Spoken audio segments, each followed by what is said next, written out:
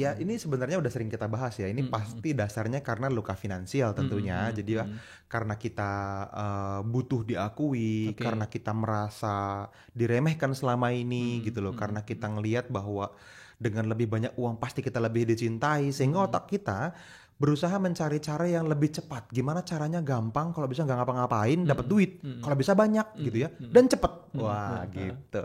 Sehingga kita tanpa sadar mengesampingkan logika. Nah, ini yang namanya money zapping decision. Gitu. Jadi orang-orang tuh apa ya?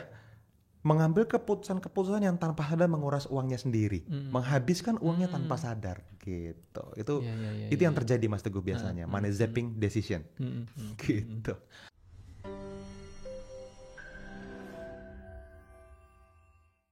Welcome back teman-teman Kedamaian ID. Wow, kita udah libur agak lama ini ya. Yes, oke. So, Mas Fadli, ini ada banyak pertanyaan dari teman-teman juga gitu ya kan.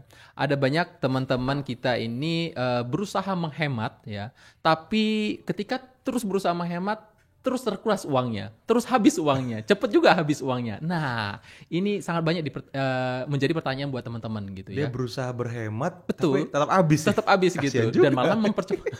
Kok jadi cepet habisnya gitu ya. Nah, ini kira-kira ada kesalahannya di mana nih Mas Fadli? Gitu. Oke. Nah ini ketika kita ngobrolin tentang ini dan kita pengen syuting, saya mikir ini, wah ini asik ini banyak banget nih yang tersesat di jalan ini, wah gitu ya. Bisa jadi 80% dari penduduk Indonesia berusaha hemat, udah dihemat-hemat kok tetap habis juga ya. Iya. Udah dihemat-hemat gitu kan, tapi tetap habis ya. Oke, jadi gini teman-teman, sebetulnya ada alasan yang lebih dalam dari itu gitu ya. Kalau kita ngomongin tentang konsep bawah sadar, ada perbedaan kan ya antara keinginan kita, idealisme di kepala kita kan Mas Teguh, ini kan harusnya hemat pangkal kaya, kan gitu ya. Betul. Kok malah dibilang boros pangkal kaya, ada yang bilang gitu kan. Kok dibilang malahan hemat malah jadi prihatin dan malah habisin uang gitu kan, kenapa gitu. Nah, sebetulnya karena teknik berhemat atau boros ini tidak terlalu relate dengan kenyataan yang terjadi. Yang lebih relate adalah apa yang terjadi di dalam Mas Teguh. Wah ini dia nih.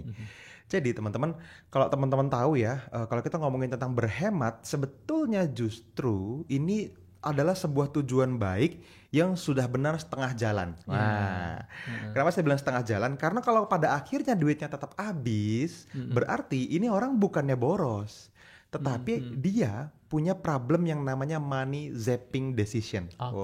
Money zapping decision. Money zapping decision. Jadi money zapping decision itu adalah kondisi di mana teman-teman kehabisan uang itu bukan karena boros ya. Boros itu bukan faktor satu-satunya teman-teman ngabisin duit gitu. Tapi ini adalah kondisi di mana teman-teman memang punya keputusan yang tidak sadar yang menghabiskan uang gitu. Yang pada akhirnya mungkin akan kita sesali. Mungkin udah dalam bawah sadarnya ya, secara tidak sengaja gitu ya. Ya ini sebenarnya udah sering kita bahas ya. Ini pasti dasarnya karena luka finansial tentunya. Jadi ya karena kita butuh diakui, karena kita merasa diremehkan selama ini gitu loh. Karena kita ngelihat bahwa dengan lebih banyak uang pasti kita lebih dicintai. Sehingga otak kita berusaha mencari cara yang lebih cepat. Gimana caranya gampang, kalau bisa nggak ngapa-ngapain, dapat duit.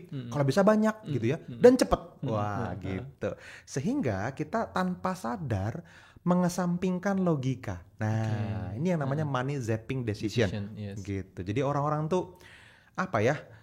Mengambil keputusan-keputusan yang tanpa sadar menguras uangnya sendiri, menghabiskan uangnya tanpa sadar, gitu. Itu yang terjadi Mas Teguh biasanya, money zapping decision, gitu. Oke. Kalau misalnya kita contohkan ya mungkin ya Mas Fadli ya, ada nggak contoh yang relate dengan dengan kehidupan masyarakat yang 80% tadi ini yang saya bilang ya kan? Itu tadi memang nggak sengaja. Kadang mungkin saya juga ngalamin hal itu. Ngapain saya beli ini ya? Ini kayaknya terasa bodoh. Iya. Saya juga ngalamin kok secara personal di masa lalu tuh berkali-kali ngalamin money zapping decision. Ya tadi karena kita punya akar pahit masa lalu gitu kan. Kita translate itu menjadi pola yang tanpa sadar berulang dan berulang juga penyesalannya gitu. Ketika kita ngambil keputusan yang salah tentang uang gitu ya. Yes. Contoh misalnya mungkin teman-teman sering ngalamin ya, di mana teman-teman tujuannya baik gitu. Kita udah punya sedikit uang untuk kita sisihkan, let's say untuk investasi misalnya, Iya, betul. gitu. Tapi karena kita nggak ngerti bisnisnya, kita I nggak see. riset, kita nggak tahu apakah yang ngejalanin bisnisnya ini bisa apa enggak, gitu ya. Mhm. Tiba-tiba kita modalin temen, tiba-tiba kita mulai bisnis kecil yang akhirnya bangkrut, gitu ya. Tiba-tiba kita beli sesuatu yang kita anggap sebagai investasi yang ternyata karena tanpa riset malah ngabisin duit doang. Akhirnya ya udah hilang begitu aja. Gitu. Dia coba invest di saham, di forex misalnya, di warung misalnya, bikin bisnis apa, bikin jus, bikin rumah makan, bikin macam-macam yang akhirnya menguras uangnya. Itu contoh yang sering kali terjadi. Jadi investasi tanpa riset. Aku ngerasa yang Mas Fadi sampaikan, investasi tanpa riset ini kayaknya banyak juga dialami sama teman-teman kita gitu ya kan. Banyak. Saya ngalamin. Yang dirimu alamin apa? Iya, ada temen minta dimodalin gitu ya kan. Oke lah gitu ya kan. Oke, boleh lah. Kita kasih modalnya, kita biayai gitu ya kan. Dan terakhir ujung-ujungnya malahan, ya nggak ada ya, nggak bisa kembali ya. Ya sudah deh gitu ya kan. Jadi kita yang mengikhlaskan ya hanya sebatas itu aja. Ya sudahlah, ikhlas paling gitu kan. Ya udahlah, mau diapain lagi gitu Mas Wali. Iya betul gitu. Apalagi kadang-kadang gini ya, karena kita mulai punya uang gitu ya, kita ngerasa nggak enak nih, masa gue sukses sendirian, masa gue membaik sendirian hidupnya, yang lain masih susah, apa ya yang bisa kita support buat orang lain. Sebetulnya ini tujuannya baik, tetapi karena perasaan negatif tadi, perasaan malu karena terlalu bersinar, tuh shiny syndrome gitu kan. Ketika ada orang yang butuh duit, apa ayo gue bantu deh gitu.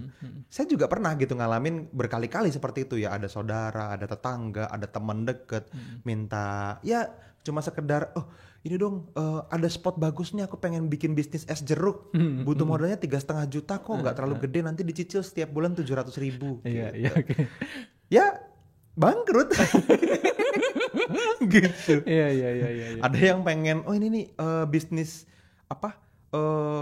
Lele, kan gitu. Ada tuh saudara tuh, dia di luar kota, dia pengen memulai dengan cara yang dia mengerti, tetapi karena mungkin nggak ngerti bisnis prosesnya, risetnya nggak tadi ngerti kurang ya. Betul. caranya, ya nggak. Saya juga nggak tahu kan sebetulnya apakah ini mungkin sukses atau enggak gitu ya.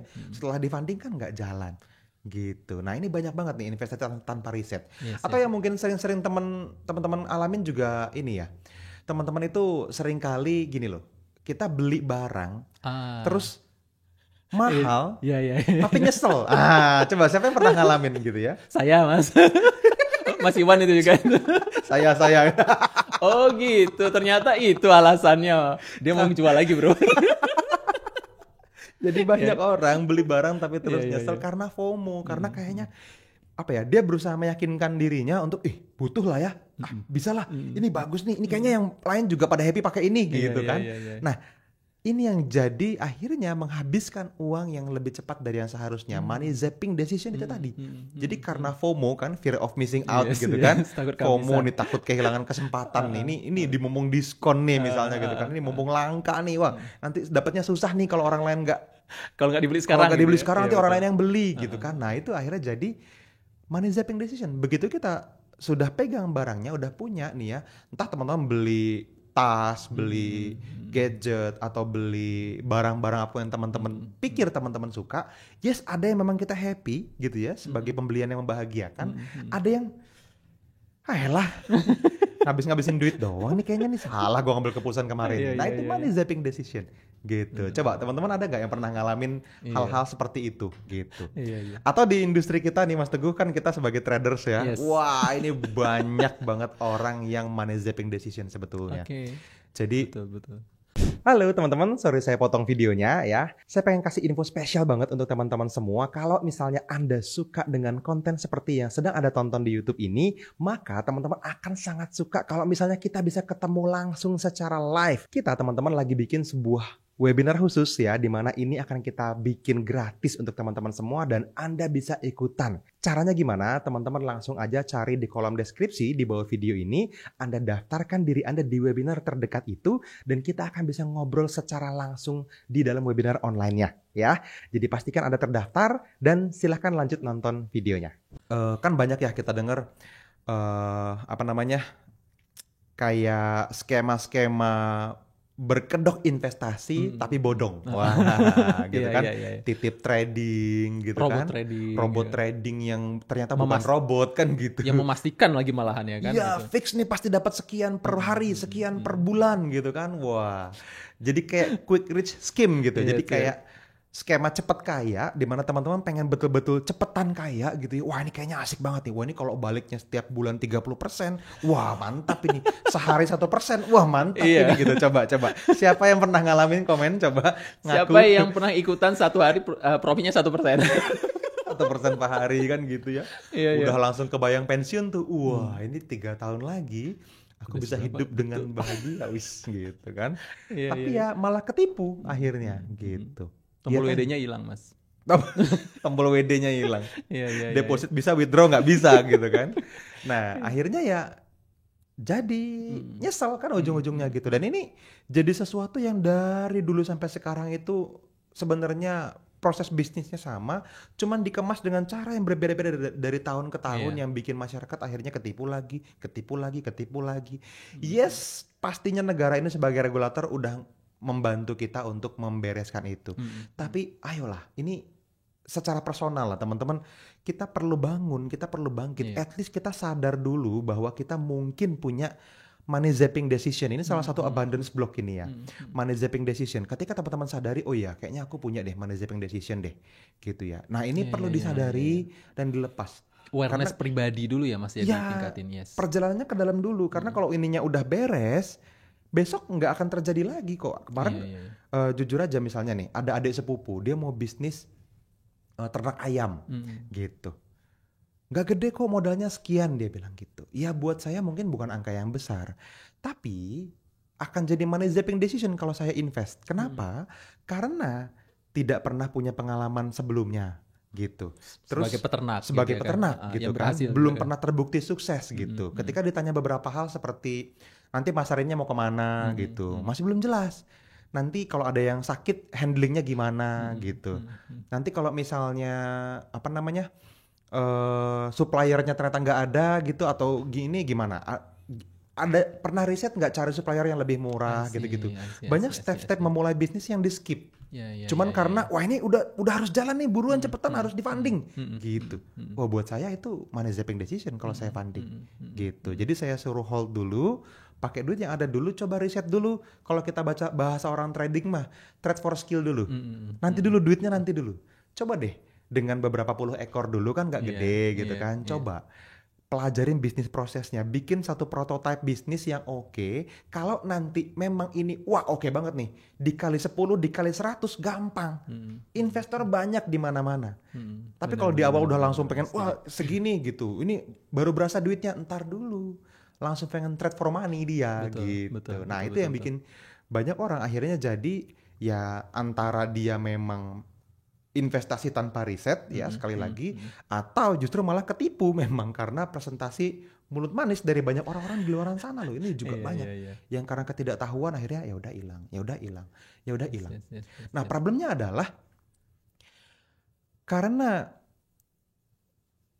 penyesalan di masa lalu gitu ya, karena sebelumnya salah mengambil keputusan, seseorang itu bahkan bisa punya penyesalan yang akhirnya bikin dia jadi kayak hidup di masa lalu dengan nanti kalau ketipu lagi gimana ya, nanti kalau ini lagi gimana ya, ini akhirnya jadi malah nggak bisa action, justru malah peluang-peluangnya sebenarnya kelewat gitu. Kekhawatirannya berlanjut jadinya Kekhawatirannya jadi berlebihan, berkelanjutan terus-menerus, dia jadi stres ujung-ujungnya gitu kan. Dia ngerasa kayak aduh karena kesalahan ngambil keputusan ini dia jadi merasa nggak berdaya gitu. Nah ini efek lanjutan yang perlu teman-teman antisipasi gitu. Jadi ya ada banyak banget contohnya ya. Mungkin teman-teman bisa share lebih banyak tentang ini. Di bidangnya masing-masing mungkin ada banyak dari kehidupan teman-teman mungkin kan. Bidang teman-teman entah sebagai di pertaniannya misalnya kan, di lautnya mungkin gitu ya, nelayannya dan lain sebagainya.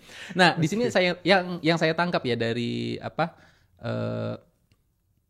penyakit itu gitu ya Mas Fadli ya, adalah ada banyak teman-teman yang menginvestkan uangnya, yang mengeluarkan uangnya itu tanpa dipikir terlebih dahulu, tanpa diriset terlebih dahulu gitu ya, tanpa dilihat ini aku mengeluarkan uang ini atas dasar apa? Apakah atas dasar karena kasihan? Apakah atas dasar karena ketakutan dia takut meninggalkan kita gitu ya kan?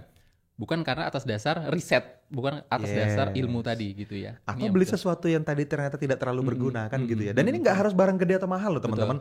Kadang-kadang kita happy dengan ngopi yang 30.000, cuman kok kayaknya teman-teman lagi nyobain yang di sana nih harga 80 nih, cobain dulu ah.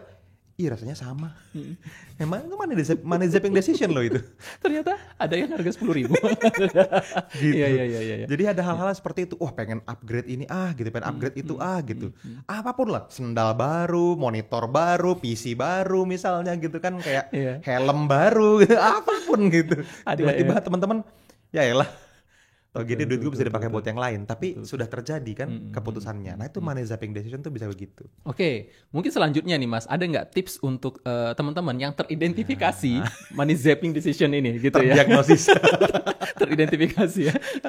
Nah ada nggak itu Mas kira-kira? Oke. Nah, teridentifikasi ya, terdiagnosis. Jadi kalau Anda ke dokter, waduh Anda bapak ini sakit Pak. Gitu. Bisa nggak disadarin ini kan gitu ya, sebelum keberlanjutannya berikutnya malah. Nah ini penting nih. Oke lah kalau itu pernah terjadi di masa lalu ya teman-teman ya, kita bahas cara sembuhnya nih sekarang ya. Ada beberapa tips yang bisa teman-teman lakukan. Yang paling penting buat teman-teman lakukan adalah prosesnya selalu gini teman-teman. Selalu Anda perlu step 1 sadari dulu gitu ya. Terus setelah itu teman-teman clearing, setelah itu teman-teman ikhlaskan. Jadi sadari dan ikhlaskan. Jadi cuma itu doang prosesnya. Nah problemnya adalah banyak di antara teman-teman kita ini yang masih denial. Enggak masa gue kayak gitu, kayaknya enggak lah. Nah kalau teman-teman denial, kesembuhannya nggak pernah datang. Gitu. Lebih baik kita merendahkan hati, apa jangan-jangan gue ada ya udah deh coba sembuhin gitu. Terus ternyata nggak ada, tapi kan ya cuma buang waktu. Daripada teman-teman sebetulnya punya money zapping decision, ya punya abundance block tipe ini, tetapi teman-teman malah denial. Terus enggak lah, nggak punya, kayaknya nggak ada. Habis itu nggak action apapun. Habis itu besok, lusa dan seterusnya Anda ngambil keputusan yang salah lagi, ngabisin duit lagi. Gitu aja. Jadi banyak banget potensial problem yang mungkin akan muncul kalau misalnya ini tetap ada. Jadi teman-teman perlu perjelas tuh, kalau misalnya kerugiannya udah pernah teman-teman rasain, teman-teman kan review dong, kalau kita tapping kan gitu ya. Kita kerugian apa yang sudah terjadi, kerugian apa yang akan terjadi kalau ini tetap ada gitu. Kalau ini disembuhin, keuntungan apa yang didapat. Kan sesimpel itu gerbang kedamaian kita. Gitu. Nah 3 hal ini teman-teman coba renungkan dulu. Kalau teman-teman udah berusaha berhemat, tapi tetap habis duitnya karena keputusan-keputusan yang salah, money zapping decision tadi, step ini dilewatin dulu sehingga teman-teman sadar, oke, sepertinya saya punya. Nah selanjutnya baru teman-teman clearing, bisa dengan tapping ya. Di YouTube ini udah banyak, kita udah bahas berkali-kali teman-teman. Kita juga punya program-program lain di dalam Kedamaian ID, teman-teman bisa manfaatin di sana. Dan yang paling penting setelah itu ikhlaskan, udah gitu. Teman-teman bisa dengan meditasi dan bisa sangat banyak point of view-nya loh teman-teman ya. Nggak harus dengan kalau nggak pakai cara saya nggak bisa sembuh, saya nggak pernah bilang begitu ya. Banyak banget cara menyembuhkan diri Anda, mungkin sekedar dengan me time gitu ya, teman-teman berendam di kolam renang nyaman, misalnya teman-teman jalan-jalan healing ke pegunungan atau ke pantai misalnya, atau teman-teman sekedar bersujud dan berdoa kepada Tuhan gitu kan, berserah diri, curhat sesekali, jangan minta terus. Ya Tuhan saya gini loh, gini, apa yang harus saya lakukan? Sehingga teman-teman akan punya akses ke dalam alpha meditative state gitu ya, which is ini bukan hanya lewat tapping tapi bisa meditasi, bisa tahajud kalau teman-teman muslim gitu ya, bisa dengan merenung, bisa dengan ngobrol deep talk sama Tuhan gitu kan, bisa apapun, yang penting alpha gitu ya. Disitulah perubahan terjadi, penyembuhan terjadi, baru yang namanya restorasi mental terjadi gitu. Nah kalau udah sembuh, insya Allah aman.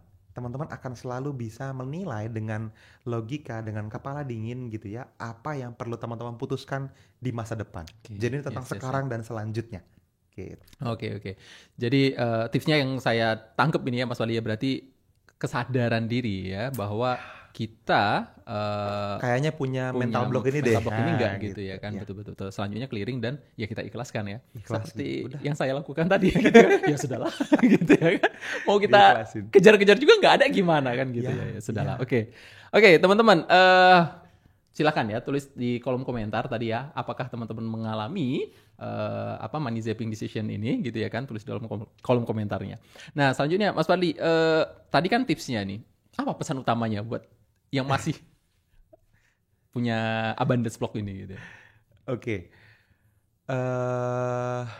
Gini ya teman-teman, kadang-kadang bangkrut itu bukan cuman karena teman-teman boros gitu ya. Jadi ini bukan sesuatu yang wah karena kita boros nih mungkin bangkrut. Enggak cuman itu. Teman-teman perlu perhatiin satu point of view lain, di mana keputusan yang salah itu juga menguras energi kita loh, gitu.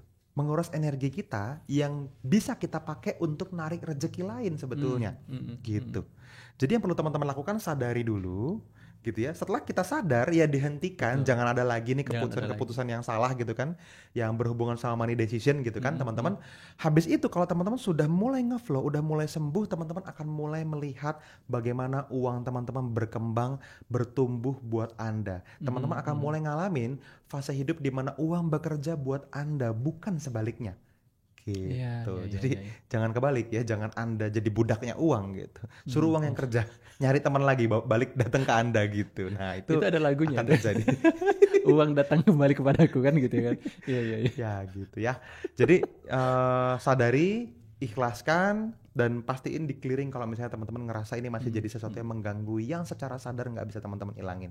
Oke, siap. Thank you Mas Fadli ya. Oke, buat teman-teman ya, thank you. Dan teman-teman mungkin yang masih belum subscribe channel ini, silahkan subscribe ya. Dan nyalakan loncengnya. Oke. Thank you Mas Fadli. Sampai ketemu lagi di video berikutnya ya. See you and bye-bye. Dadah.